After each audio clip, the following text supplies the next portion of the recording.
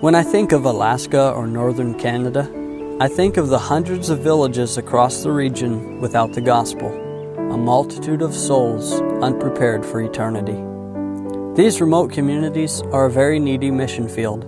Very few have a gospel-preaching church of any kind. Many have never heard a clear presentation of the gospel.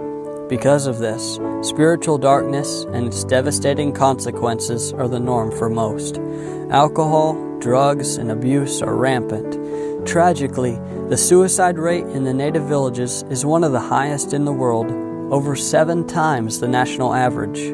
Only the light of the gospel of Jesus Christ can offer real hope and pierce their darkness. My name is Paul Bach. The Lord has called me to preach the gospel in the remote villages of the north. For the last 10 years, I've had the privilege of serving with my family here in southeast Alaska and northwestern Canada. During this time, I've seen firsthand the great needs as well as the tremendous opportunities for reaching these villages with the gospel. During the next few minutes, I hope and pray that the Lord would burden your heart for the lost in the remote communities of Alaska and Canada.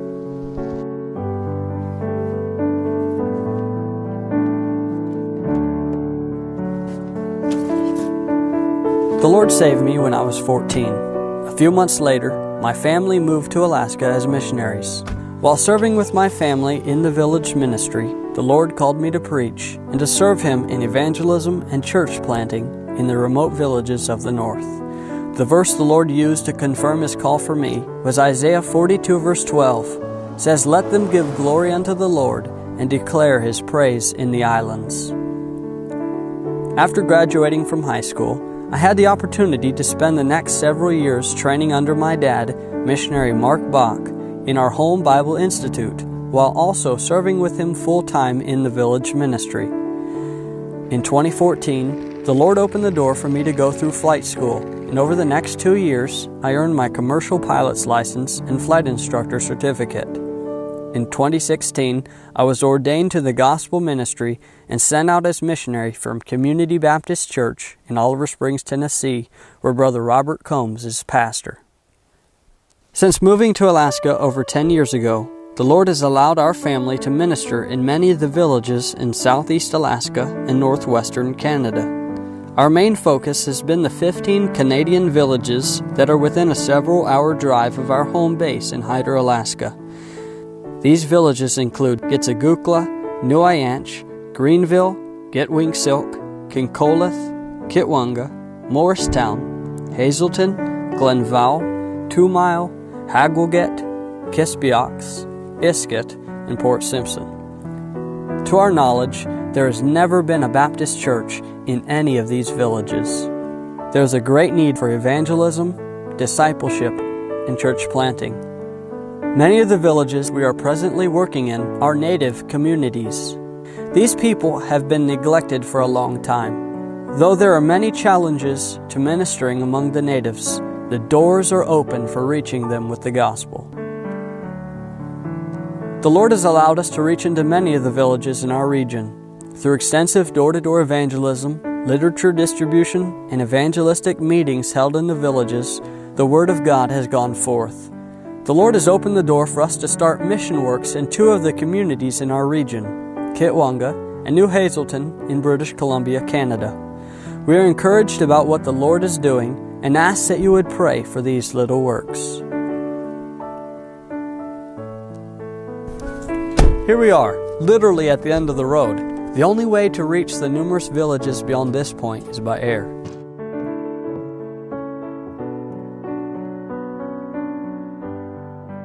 Most people are not aware of the fact that most of your cities, towns, and villages in Alaska and northern Canada are inaccessible by the road system.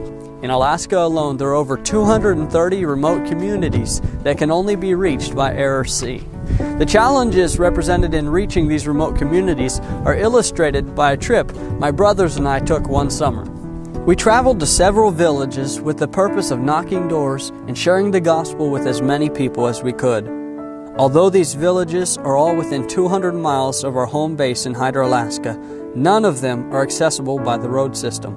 Because of this, it took an average of a week to get to each village by the ferry system. Then, once we finally reached a village, we were stuck there anywhere from 4 to 7 days until the ferry returned to the island. In the end, we had a great trip and had the opportunity to share the gospel with many hungry souls.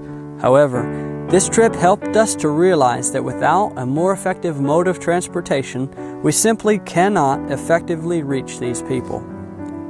After seeing firsthand the needs of the remote villages of the north and the challenges represented in reaching them with the gospel, the Lord led us to begin preparing to use aviation in our ministry. With an airplane, we will be able to travel in an hour or two to dozens of remote villages that we cannot currently reach due to their isolation. As the Lord has led thus far, we are trusting that He will provide an aircraft to our sending church for use in our ministry when the time is right. Jesus said, "Let us go into the next towns, that I may preach there also, for therefore came I forth."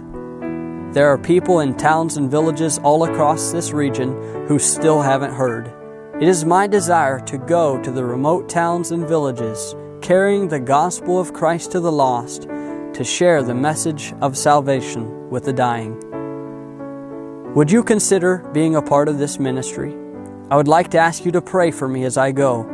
Pray that God would enable and equip us to effectively minister in the remote regions of the north.